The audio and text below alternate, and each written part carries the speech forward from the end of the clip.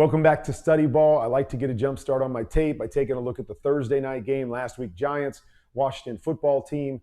And I'm a guy that when I go through tape, I look at a lot of different things. Of course, I'm looking from the quarterback position, but I look at the details of the way in which they run their passing game, because I believe the details change everything. The details are the difference between winning and losing football games. And that was a close football game last week. Either team could have won. And over the next couple study balls, I'm going to show you a whole bunch of plays by both teams where the details just weren't there, and the details may have cost them. It might have been schematic details within a play, or it might have been details by the quarterback to understand what he's seeing and how to be successful with the particular defense and play that has been called. So let's go to the tape and take a look at Daniel Jones and the New York Giants. All right, so here we go with Daniel Jones. This first play, we're going to run a little choice route here. So you see all the teams do it. They push up, and this guy has a choice route to the backside. Oftentimes, they're trying to get inside here. Push up and get inside. Daniel Jones is looking at this guy. If he pushes this direction, I know I've got one-on-one over here. It's exactly what happens on this play. So he's looking to hit Sterling Shepard. But here's the thing. The one-on-one situation, this guy does a nice job and takes away the inside. The problem here is, where's your quarterback going to throw it if he goes to that side and his guy doesn't win and you don't get the proper look?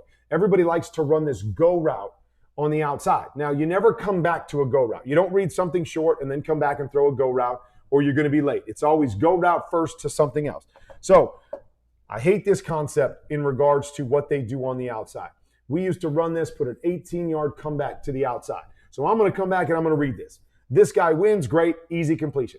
This guy squeezes it, he squeezes it. There is nobody else on that side of the football field except my receiver and one DB. I get a one-on-one out there. Instead, I got a go route. I can't recover to it. So Daniel Jones is stuck trying to jam this throw into Sterling Shepard and getting 4 yards instead of giving him an opportunity to complete something outside of it.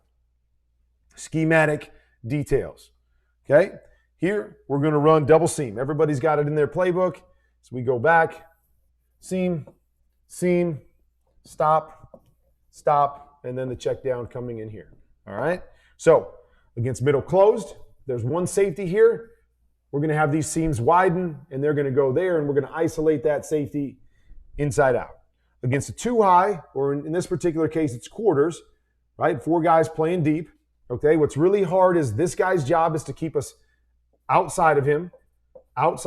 These guys' job is the same thing, to stay here tight and to make it hard for him to cross our face, because we know the middle of the field is open. It's hard to cross our face. But in doing all of that, as a quarterback, what we know is if we do that, we get one-on-one on the outside. Don't get stuck. Look at how hard this is. This guy's driving, this guy's here, this guy's trying to get there. It's just too hard. Go to your easy one-on-one to the outside. It's a steal to the outside on both sides. Right now, we get quarters coverage where these guys are tucked inside, different in cover 2. Cover 2, these guys are high and wide. Now we get the opportunity to get inside of them and get a play there. Probably with the conversion here, we get a 2-on-1. Against quarters, don't mess with the inside. Get right to your outside one-on-one matchups, and we're good to go. Another detail, okay? These guys just widen their seam routes against this coverage. I always like to teach, instead of widen, seam. Seam. Understand this guy's responsibility defensively. His responsibility is to not let me inside of him. Not let me inside of him. So the first thing I do by seaming it is I hold him inside, which just opens up this outside, does not allow him to push through me and possibly cover that stop route. So that's the first thing I do. The second thing, with this safety trying to stay inside of me, instead of widening and keeping him inside of me, let's seam inside and see if maybe we got a better chance to cross his face, because we're setting up our leverage by seaming inside to where we want to win. So 2 details that can help this play. A, can help you win.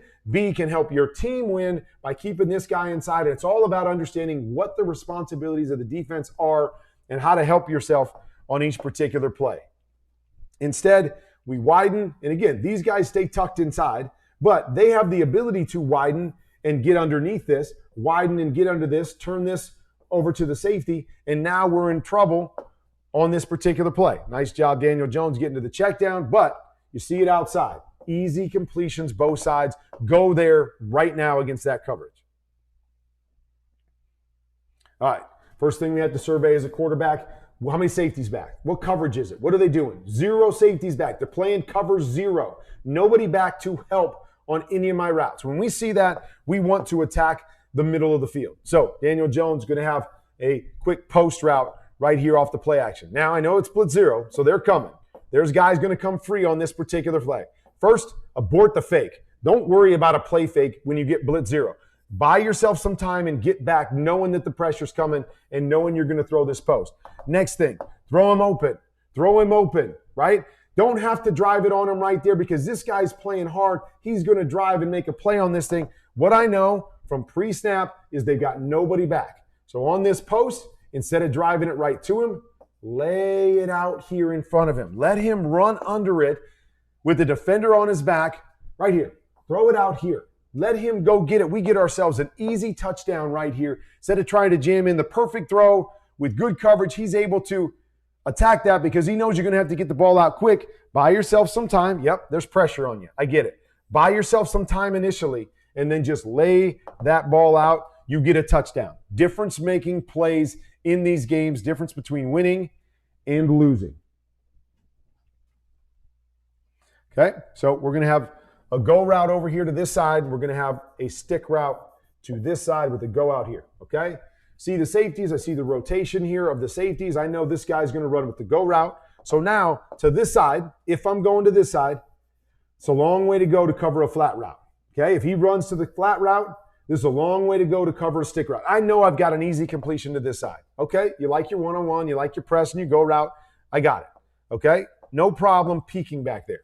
But then peek the release. See the release right now. You see the release? He gets jammed. He's forced to go inside with contact on him. Little chance to be able to hold this thing and make a good throw and get a completion. You see that bad release right now. Get back to your front side. Get yourself a completion right here. Instead, we're going to be falling away. We're going to try to throw it while he's getting bumped. No chance for a completion. Now we get the pass interference call right there because he bangs him a little too long or grabs him right there. But still, chances are slim when a guy doesn't get a clean release and is getting contacted for us to actually hit that on time. So see that, get back to the other side, get yourself an easy completion there. Can be a difference-making play between winning and losing a game. Setting yourself up to get inside the red zone or not. Okay? So now we're going to run a play that we call pinch. Okay? So it's a go here and an in and a hook. So what we're really trying to do here is we're trying to get a high-low on this in and hook. Never been a fan of just running this guy on a straight clear out. Straight vertical, he doesn't really become an option on any play that we have, and he just mucks stuff up. And so what we like to teach is an influence post. So he's going to seam inside, and he's going to influence the nearest safety to him. So if that's a quarter safety, he'll attack the inside number, pull him out of there so we can get the high-low on the in the hook. If it's a middle close safety, which happens here, he crosses over this safety. So he either takes the safety with him or this safety gets depth. He's got all kinds of space over here. But either way, we're going to influence somebody and make ourselves a viable option on every play. Okay? Third thing, you see the rotation. This guy's dropping down. If I see him in here and I run this influence with this guy down here, what's he going to do? He's going to be influenced. He's going to try to jam me. He's going to get tucked in here. Fine. He gets tucked in here. Now I'm able to isolate that one guy with the high-low. Without doing that, okay, we're going to go over here and we're going to clear out, okay? Brings the safety to the party, A. Takes this guy wide, B, so he's sitting right underneath the in route. Never influences this guy, so this guy comes down and covers my check down. So all these little details is the difference between, look at this space here. If we run an influence, dang, chance right there. If we run that influence, he's not open. Look at the space right here. If we get that all cleared out with the big in, what kind of difference-making play is that? Yeah, we get 3 yards on the check down. It's the right place to go with the football based on the look, but holy cow, way too much space to settle for a check down here. Details, schematically, make a huge difference. All right, we're going to run F post here. Okay, so we're F post. We're going to run a corner. We're going to run a shallow. Sterling Shepard's going to come back here, and he's going to run the F post. So on this particular play, what we're doing, we got man-to-man coverage, but what we really want to do is we're going to read this defender. As long as he takes off and runs with this guy, we're trying to set this outside and run the quick post back behind it. We get everything that we want right here. Yes, there's a little bit of quick pressure. First of all, don't like to hitch on this. We like to hit that back foot and let the ball go. Let it go on time. Hitch if you've got to go somewhere else. But hold on the back foot, get it out a little bit quicker. But look at what happens on this particular play. If we just hit Sterling Shepard in stride right here, you hit him in stride right here, you tell me, I don't know how far he goes. He may score a touchdown. He's got to make one guy miss, maybe two guys miss. But this is a huge play that puts us in a tight red zone. Instead, we hitch it. We're a little bit late. The contact's there, and we settle for a 5-yard play with the details. Details of timing, seeing it, getting it out, making a good throw is the difference between winning and losing football games.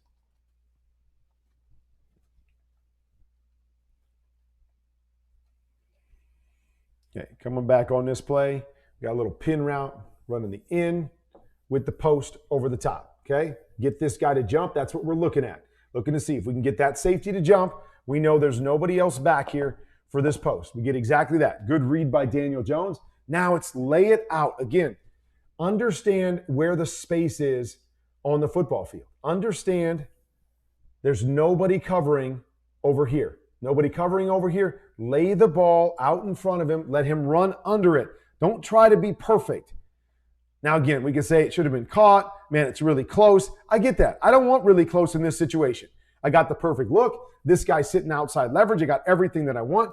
All this space is here. Lay it up and let him go get it. Lay it up over here. Let him run and separate from the DB this way instead of having to be perfect down the field, and we miss another game-changing opportunity.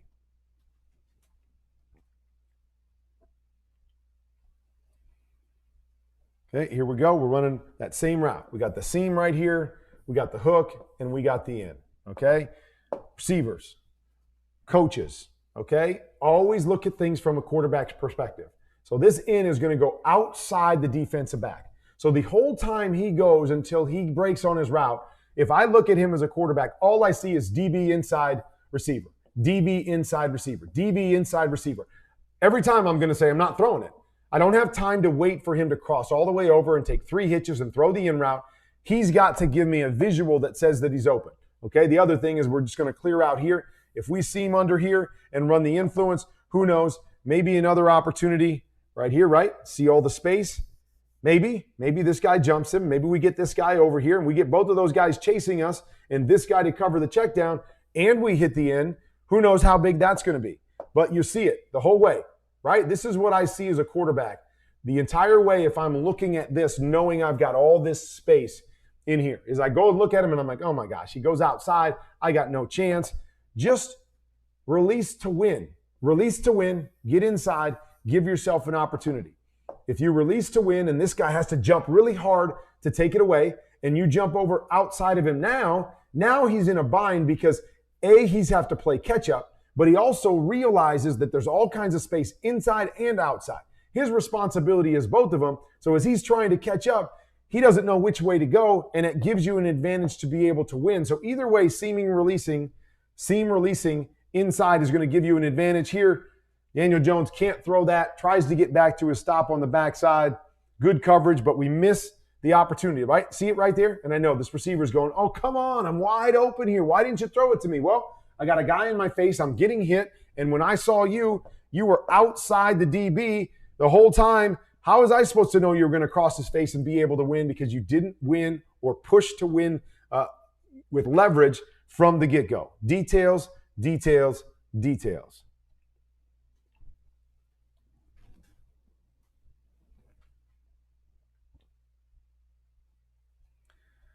We go. Another situation here. Okay, we got man-to-man coverage. They're dropping down once again. I got to come back on the outside. Daniel Jones, just settle in. Settle in. I know there's pressure coming. There's pressure coming. Buy some time. Know you're going to take your one-on-one out here on the comeback, but just settle in and make this throw on time. Instead, he bails when he doesn't really have to bail, right? There's plenty of space here. There's plenty of a pocket here. You got to take a little more of a hitch back to time this out, take a hitch back. But instead, he's going to turn on the run and kind of run away from his receiver. And look at how bad his receiver wins. That should be an easy completion. If he's set up in the pocket, I believe that's an easy completion and another first down Instead, he's got to throw it kind of high into the outside. Slayton can't make the catch, and we miss an easy opportunity that we didn't have to bail on. Right there, settle. Okay, you might have to take a hit. Hitch one, hitch two, lay it out there, take your hit, get yourself a completion, first down, and move the chains.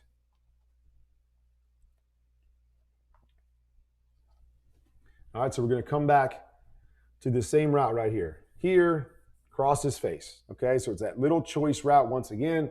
Again, we're going to put the go on the outside, so you're really stuck. You get one-on-one. They're bringing all-out pressure. You're stuck with that guy right there. Okay, this time, great job. He crosses his face. But I want you to see Daniel Jones. He rushes this. Watch how he reaches that back foot. When you reach your back foot as a quarterback, you reach your back foot, all your weight is up front. All your weight is up front. You don't have time now to be able to shift your weight back and then forward again to make an accurate throw. So he reaches and sticks that foot in the ground. His weight's up front, and it leads to an errant pass. And I know it doesn't look awful, doesn't look terrible, but I'm telling you, it is the difference between being accurate and not accurate is not being able to hold on the back foot and see the angle and put the ball where exactly you need to put it for an easy completion here. We get a completion. He crosses his face. We hit him on his front number. We only got one number, I know, but you hit him in front. Man, he's here. One guy missed over first down and goal inside the 10-yard line. All difference-making plays. All the hidden yardage in this game that we're missing by small little things. Reach and rush. Weights up front. Can't stop my throw. Errant throw. Missing another opportunity. And then we end up losing by 2. So there you go. That's what it's all about. Details, details, details. Some of the things there are schematic details that don't help their quarterback out. Help your young quarterback out by understanding how little things make a huge difference. Daniel Jones, understand the details of every play. Don't get rushed. Understand when you have to settle and hitch and maybe take a hit and deliver. Other times when you don't hitch, you got to hit your back foot and let it go. Don't rush your final throw. Understand what you're seeing, knowing where the throw needs to be made. You can quicken things up, but stay true to your technique because it's always going to allow you to be successful. So all those different things. Took 10 plays, 10 pass plays. I don't know how many passes they threw in the game, but I took 10 pass plays right there. And you can see how many hidden yards are in there that they missed out on because of a number of different things. You tell me, one of those plays, two of those plays, does that help them win a football game and not be sitting at 0-2 right now? I'm going to argue that at least one of them would have done that.